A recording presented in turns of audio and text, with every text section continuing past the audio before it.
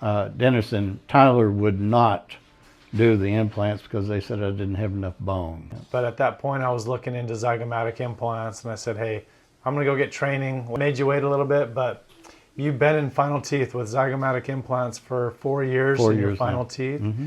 Tell us how that has affected your life. Oh, it's great. I can eat anything at any time, and unlike regular dentures, there's nothing gets under it. I can just, you know, after I eat, I water pick and brush, and I'm finished with it. I don't have to take them out and clean them, or don't have anything under them that's causing pain or anything. So it's That's just awesome. wonderful. And you've enjoyed it so much. You've sent multiple other people that are thinking about the same thing. We really appreciate that. Yeah, I would recommend it for anybody.